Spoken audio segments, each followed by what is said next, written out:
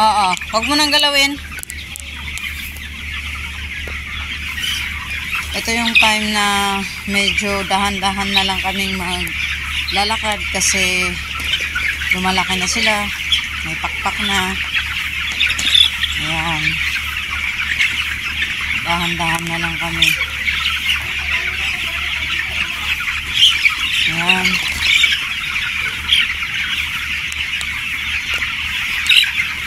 Ito po ang every night naming rotation.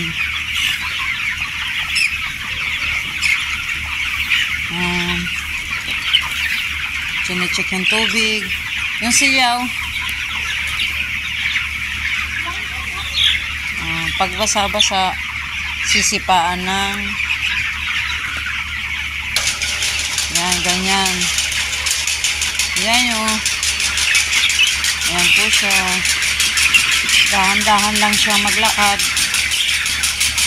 Check ng tubig. Ayan.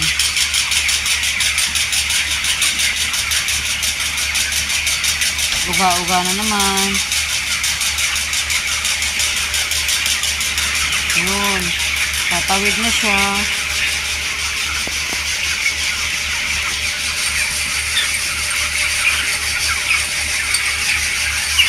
Ito po.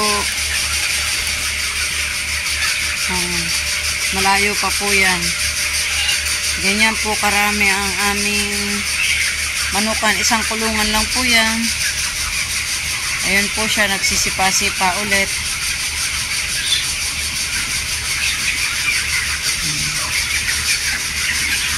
Dahan-dahan lang. Yan na yung dahan-dahan. Lalo na pag sobrang laki na nila, hindi na kami makalakad. Yan.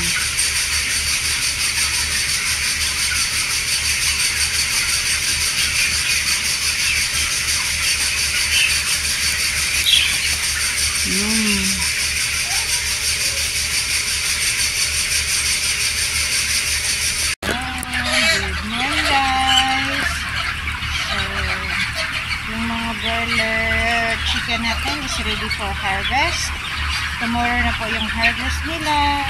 Ayan. Dito kasi guys, sinabi namin sa inyo na hindi talaga yung aabot ng 45 days. Kung sa atin naman sa Pilipinas or sa ano naman, is aabot talaga ng 45 days. Pinapaabot ng 45 days. Dito kasi, nasa 30 plus lang. Once na makagain na sa expected yung inano nila na weight, yun, 1.5, 1.8 to 2 kilos lang kasi yung inano nila na makuha na weight nila, yun, binibinta na nila.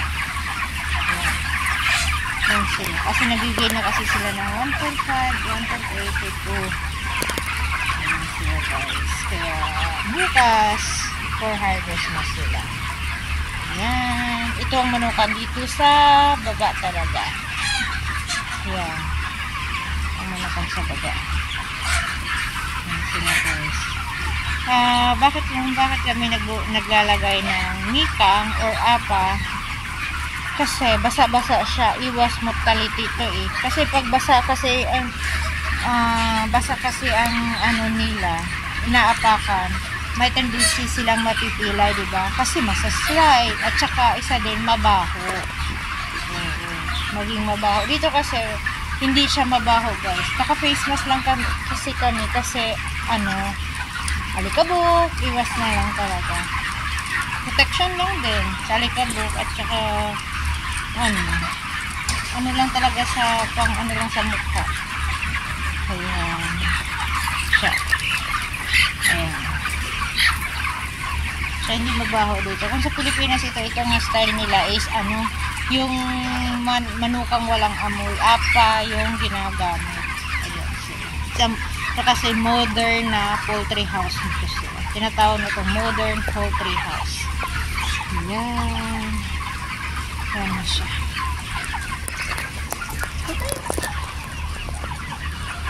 Wait lang. Okay. Yan. Ano, ilang kilo ba yan? Ano? Ito mga nasa, ano na to? Patu. 1.8, ganun. Ayan siya guys. 1.8 na siya. Ready to harvest na to. Sabi ko bukas harvest na to. Harvest na to bukas. Bukas ng gabi. Bukas ng gabi. Ayan siya guys. Kasi gabi dito mag-harvest. Oo, kasi iwas init. Mainit na kasi disimula ng summer dito eh. Dinainit. Kaya, Saka kahit pa naman malamig. Gabi nila Talagang hina-harvest. Para pag biyahe, pag biyahe, hindi ko masyadong inaingay. Kasi alam niyo naman yung stress. Para hindi mas-stress. Ayan siya guys. Alam niyo naman yung ano sa kalsada, diba? So, yan. Ito, malapit na ito. Mabigat na. Bigat. Sobrang bigat na.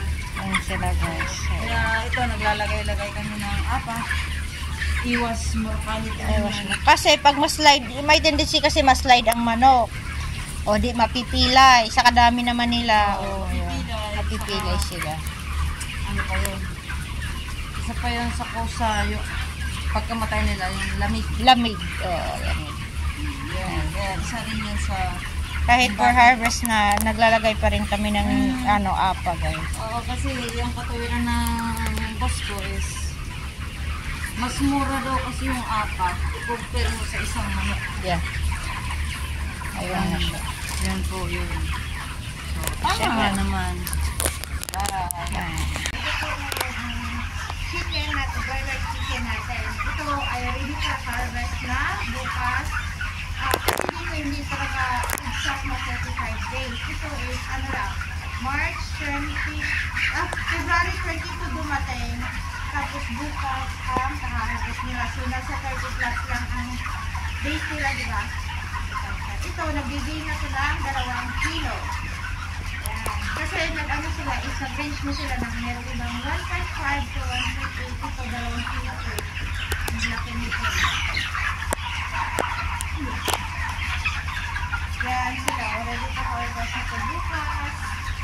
Kaya sila, ang hirap na maglakad. Kasi, pag ganito, pag apat ka rin ng apat, ano sila. Mabilis silang mapilay kasi magsiksika na.